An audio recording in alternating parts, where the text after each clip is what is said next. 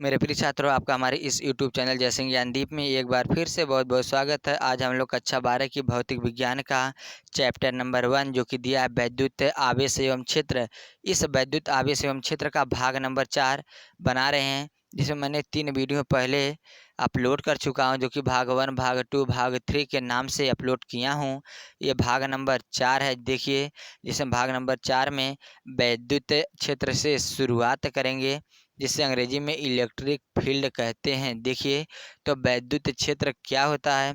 वैद्युत क्षेत्र है किसी आवेश के चारों ओर का वह क्षेत्र है जिसमें अन्य आवेश उसके वैद्युत प्रभाव का अनुभव करते हैं। जैसे मान लीजिए कि हमारे पास यहाँ पर कोई पिंड है, यहाँ पर कोई पिंड है और ये वाला मान लीजिए पूरा इतना बड़ा पिंड है, और यहाँ से चुंबक की तरह ये भी होता है कि कुछ दूरी तक की वस्तुओं को क्या करता है, अपनी तरफ खींचता है।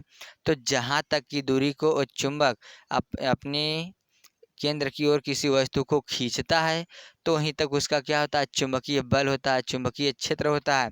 उसी तरह सेम टू सेम यहाँ पर विद्युत से हमारा मैटर है।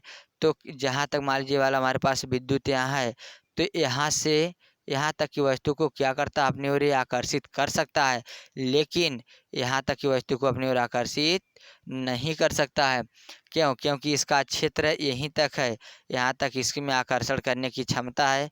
तो क्या करेगा, यहाँ तक की वस्तु को अपने केंद्र की ओर खींच लेगा, लेकिन यहाँ तक इसकी खींचने की क्षमता नहीं है, तो इसलिए नहीं खींच पाएगा।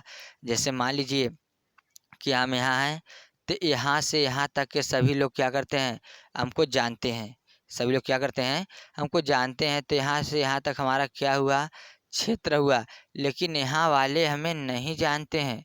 जब यहाँ वाले नहीं जानते हैं तो ये हमारा क्षेत्र नहीं है, क्योंकि हम यहाँ से परिचित नहीं हैं। यहाँ तक जानते हैं, अगर हम बुलाएंगे किसी को तो आ सकता है, लेकिन यहाँ तो कोई नहीं जानता, कोई आ नहीं सकता। इसलिए जहाँ तक की वस्तु को अपने केंद्र की ओर खींच लेती है, कोई भी वस्तु, चुंबक हो या वैद्युत क्षेत्र हो, वैद्युत बल हो, तो उसका क्या होता है, क्षेत्र होता है। देखिए, उसके बाद है अगली हेडिंग, इसमें क्या है कि वैद्युत क्षेत्र का एसआई मात्रक न्यूटन प्रति कूलम होता है। वैद्युत क्षेत्र का एसआई मात्रक न्यूटन प्रति कूलम, और इसका अन्य मात्रक वोल्ट प्रति मीटर भी होता है। और वैद्युत क्षेत्र कैसी राशि है? वैद्युत क्षेत्र एक सदिश राशि होती है। तो वैद्युत क्षेत्र बराबर फार्मूला होता है कूलम बल बटा परीक्षण आवेश। कूलम बल बटा परीक्षण आवेश। अब देखिए, वैद्युत बल को हम कैपिटल एफ से दर्शाते हैं। इसके ऊपर वेक्टर का चिन्ह भी लगाए हैं, क्योंकि यह सदिश राशि है। तो हम जानते हैं कि सदिश राशियों को निरूपित करने के लिए, व्यक्त करने के लिए, दर्शाने के लिए या जानने पहचानने के लिए हम किसका प्रयोग करते हैं, इस वेक्टर का प्रयोग करते हैं। वेक्टर हमें क्या दर्शाता है कि यह राशि जो है, जिसके ऊपर वेक्टर का चिन्ह लगा है, वह क्या है, वह एक सदिश राशि है। सदिश राशि में क्या होता है कि दिशा और परिमाण इसमें दोनों निश्चित ही पाए जाते हैं, बराबर। अब यहाँ क्या है, कूलम बल है, तो बल भी कैसी राशि है, सदिश राशि है। तो इस पर भी हम क्या करेंगे, वेक्टर का चिन्ह लगाएंगे। और परीक्षण आवेश, जो मतलब परीक्षण कर रहा है, जिसको क्यों आवेश अपनी तरफ खींचेगा, वह क्यू नॉट या क्यू जीरो बोलते हैं। तो फार्मूला हमारा बन के आ जाएगा, वेक्टर ई बराबर vector F upon Q not यानी क्यू जीरो। तो देखिए, और वैद्युत क्षेत्र का बीमी सूत्र है। वैद्युत क्षेत्र का बीमी सूत्र होता है एम एल टी की पावर -2 ए इनवर्स। क्या होता है, एम एल टी की पावर -3 ए इनवर्स। इसका बीमी सूत्र होता है किसका, वैद्युत क्षेत्र का। इसी क्रम में देखिए, इसका नोट कुछ देखते हैं, नोट पॉइंट, कि किसी भी पृष्ठ से विद्युत क्षेत्र लंबवत बाहर की ओर निकलता है। तो पहला पॉइंट क्या कहा है, किसी भी पृष्ठ से विद्युत क्षेत्र लंबवत बाहर की ओर निकलता है और लंबवत ही प्रवेश करता है। और दूसरा क्या है, धनात्मक है, यानी कि क्यू ग्रेटर देन जीरो, यानी कि जीरो से बड़ा होना चाहिए क्यू का मान आवेश से विद्युत क्षेत्र बाहर की ओर, तथा क्यू लेस देन जीरो, यानी कि क्यू का मान जब जीरो से छोटा होगा, यानी कि माइनस में होगा, के लिए विद्युत क्षेत्र अंदर की ओर प्रवेश करता है। तो देखिए, एग्जाम्पल के तौर पर मान लीजिए हमारे पास पॉजिटिव चार्ज है, पॉजिटिव आवेश है।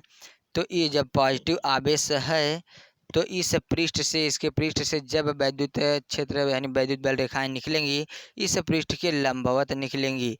जहाँ भी निकलेंगी कैसे निकलेंगी? लंबवत निकलेंगी। लंबवत जब कोई भी वस्तु होता है तो उस वस्तु और उस जो वस्तु लंबवत होती है उनके बीच बना कोण 90 डिग्री का होता है। देखिए 90 डिग्री का कोण बनेगा। यहाँ क्या होगा कि क्यू का मान 0 से बड़ा होगा। और इसी प्रकार माइनस के लिए देखते हैं तो यहाँ भी क्या करती है, इसमें लंबवत बाहर की ओर निकलती थी, इसमें लंबवत ही प्रवेश करेगी। तो जो कोण बनेगा यहाँ 90 डिग्री का होगा और इस क्यू का मान 0 से क्या होगा? छोटा होगा।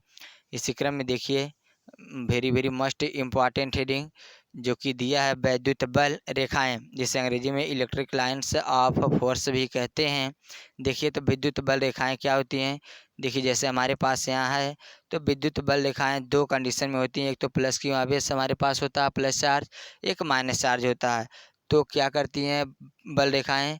हमेशा प्लस चार्ज से निकल कर माइनस चार्ज पे क्या होती हैं? समाप्त हो जाती हैं। और ये कभी भी बंद लूप नहीं बनाती हैं। और इस पर जो रेखा निकलती है यहाँ से, इस पर कोई स्पर्श रेखा खींच देते हैं तो उसके डायरेक्शन को इंगित करती है, यानी कि इसकी डायरेक्शन किधर जा रही थी और अब किधर मुड़ी है। तो देखिए कह सकते हैं विद्युत बल रेखाएं किसी बिंदु पर विद्युत क्षेत्र के परिमाण को व्यक्त करती हैं तथा उस बिंदु पर खींची गई स्पर्श रेखा विद्युत क्षेत्र की दिशा को व्यक्त करती हैं। तो देखिए यहाँ से मान लीजिए कोई ये प्लस चार्ज आवेश है और माइनस चार्ज, यहाँ से निकली यहाँ जाके समाप्त, फिर यहाँ से निकली यहाँ जाके समाप्त, यहाँ से निकली यहाँ जाके समाप्त, ये निकली यहाँ जाके समाप्त। इसी तरह सभी प्रक्रिया हुई हैं। ये हम स्पर्श रेखा इस पर इसलिए खींचे हैं तो इसकी डायरेक्शन दिखा रहे हैं कि यहाँ से इसको सीधा जाना चाहिए, लेकिन गई नहीं। क्यों? क्योंकि इसके पास आकर्षण शक्ति है, वो क्या करती है? अपने ओर खींच ली है। इसी क्रम में देखिए अगली हेडिंग जो कि दिया है वैद्युत बल रेखाओं के गुण, properties of electric lines of force. देखिए इसमें कौन कौन से गुण पाया जाता है? विद्युत बल रेखाएं धनावेश से मिलकर ऋण आवेश पर समाप्त हो जाती हैं। विद्युत बल रेखाएं धनावेश से मिलकर ऋण आवेश पर समाप्त हो जाती हैं। और दूसरा क्या होता है? यदि एकल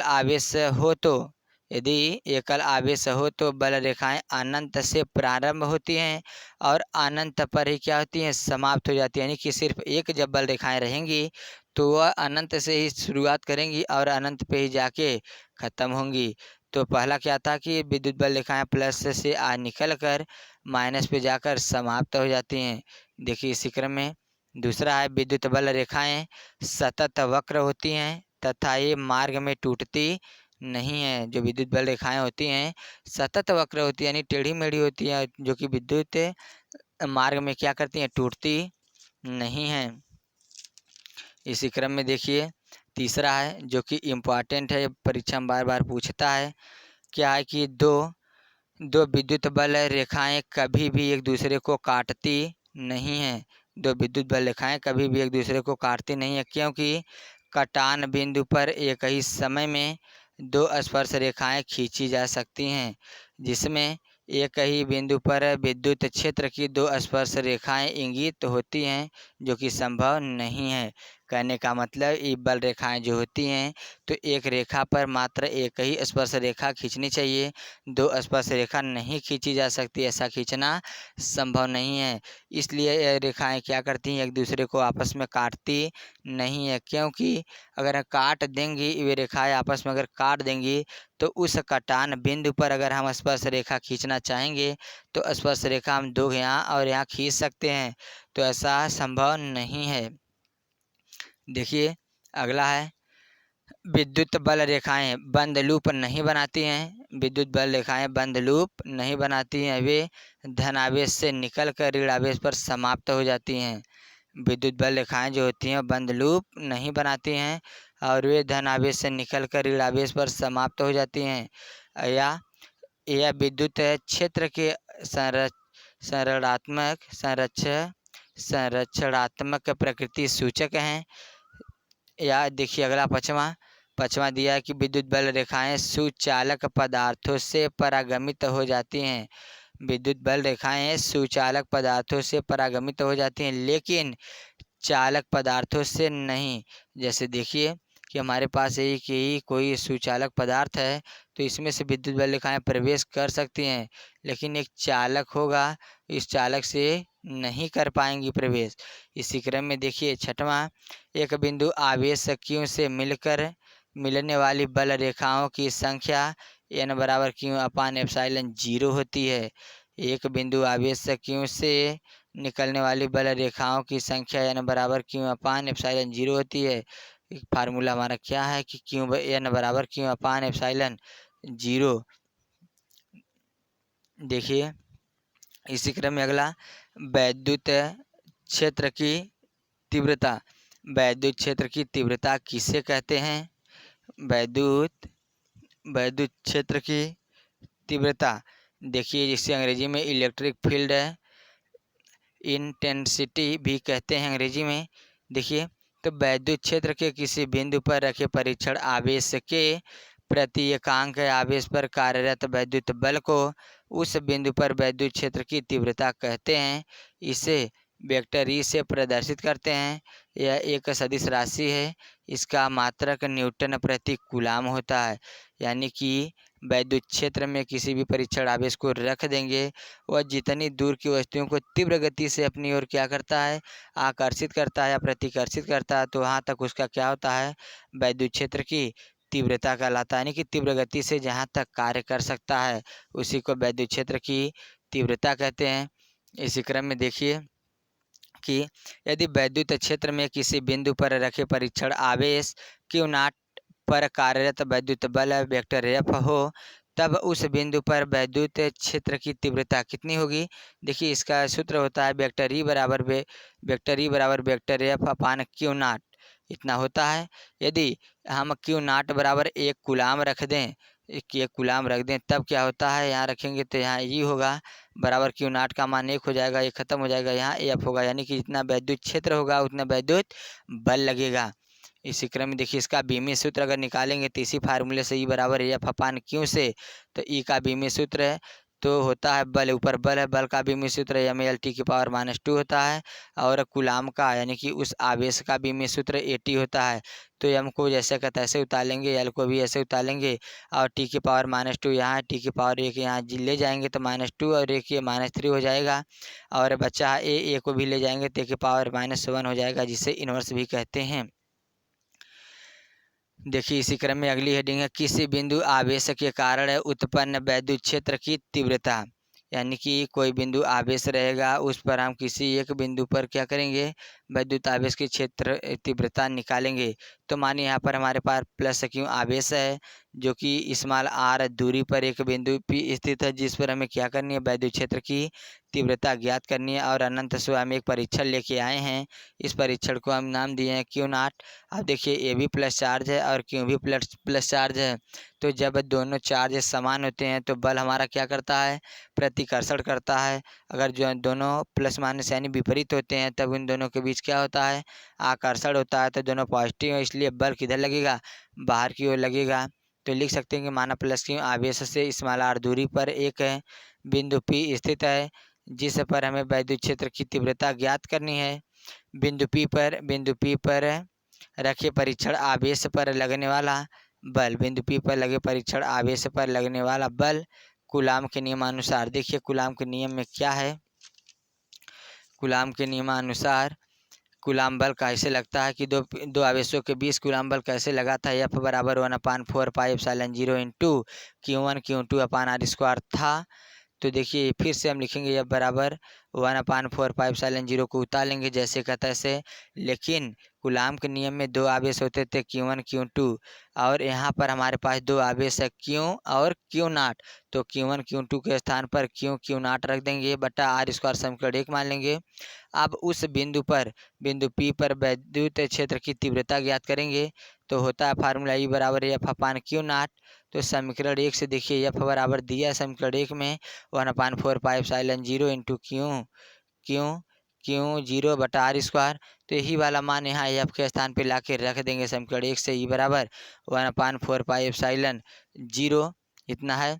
और यहाँ Q Q naught upon are square बटा कितना क्यू नाट, तो क्यू नाट से क्यू नाट कैंसिल, ई बराबर 1/4πε0 इंटू क्यू बटा आर स्क्वायर। इतना हो गया। एक इसके लिए है, ये निर्वात या हवा के लिए फार्मूला यूज करेंगे हम। अगर किसी हम माध्यम में हो जाते हैं तो माध्यम के लिए, किसी माध्यम के लिए ई बराबर 1/4πε0 इंटू के क्यू अपान आर स्क्वायर, ये माध्यम के लिए होता है, और ऊपर वाला निर्वात या हवा के लिए।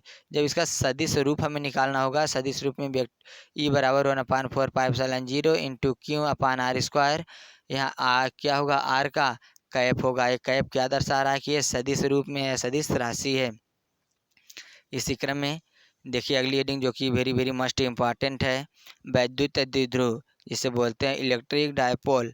देखिए वैद्युत द्विध्रुव क्या होता है कि दो समान परिमाण तथा विपरीत प्रकृति के आवेश बहुत अल्प दूरी पर हैं, बहुत अल्प दूरी पर रखे हों तो वे द्विध्रुव विद्युत का निर्माण करते हैं। यानी कि दो हमारे पास आवेश रहेंगे, दोनों का परिमाण समान रहेगा, तो हमारे पास एक आवेश क्यों इधर है, एक आवेश क्यों इधर है, परिमाण हो गया। अब उनके चिन्ह क्या है, विपरीत है, यानी कि ये पॉजिटिव चार्ज हो गया, ये निगेटिव चार्ज हो गया। इतना हुआ।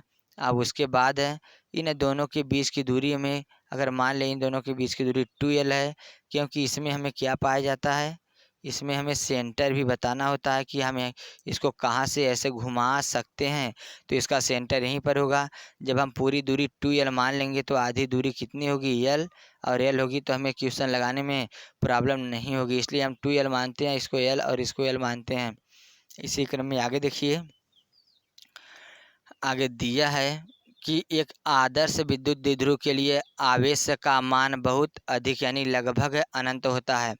आदर्श विद्युत द्विध्रुव के लिए आवेश का मान बहुत अधिक यानी लगभग अनंत होता है तथा आवेशों के मध्य की दूरी बहुत कम होती है। उन आवेशों के मध्य की दूरी बहुत कम होती है, लगभग 0 होनी चाहिए। और इसी क्रम में देखिए लास्ट हेडिंग है इस वीडियो की, विद्युत द्विध्रुव आवेश जिसे वेक्टर P से प्रदर्शित करते हैं, तो इसे क्या कहते हैं, आवेश का परिमाण है तथा उनके मध्य की दूरी के गुणनफल को विद्युत द्विध्रुव कहते हैं, विद्युत द्विध्रुव आघूर्ण कहते हैं। फिर से एक बार, आवेश का परिमाण तथा उनके मध्य की दूरी के गुणनफल को विद्युत द्विध्रुव आघूर्ण कहते हैं। देखिए एक आवेश हमारे पास है कितना, प्लस क्यू, दूसरा माइनस क्यू, इन दोनों के बीच की दूरी 2L है, और इस पर जो प्रतिकर्षण बल लग रहा है, आकर्षण बल लग रहा है वो F है। तो देखिए इन दोनों आवेशों के परिमाण इतना हुआ और उनके बीच की दूरी 2L के गुणनफल को वैद्युत द्विध्रुव आघूर्ण कहते हैं। होता है वेक्टर P बराबर Q * 2L, यही फार्मूला है। देखिए इसका कुछ नोट पॉइंट देखते हैं जो कि वीडियो का लास्ट पोजीशन है। वेक्टर P की दिशा हमेशा आवेश से प्लस आवेश, ऋण आवेश से धन आवेश की ओर होती है। जो वैद्युत द्विध्रुव होता है इसकी दिशा ऋण आवेश से धन आवेश की ओर होती है। और वैद्युत द्विध्रुव एक सदिश राशि भी है। वैद्युत द्विध्रुव कैसी राशि है, एक सदिश राशि भी है। इसका SI मात्रक कूलाम मीटर होता है, और इसका बीमीय सूत्र है m⁴0 l⁴1 t⁴1 a⁴1 होता है। तो आज के वीडियो में बस इतना ही, तब तक फिर मिलेंगे अगले वीडियो के साथ जो कि भाग नंबर 5 में बनाएंगे। तब तक के लिए धन्यवाद।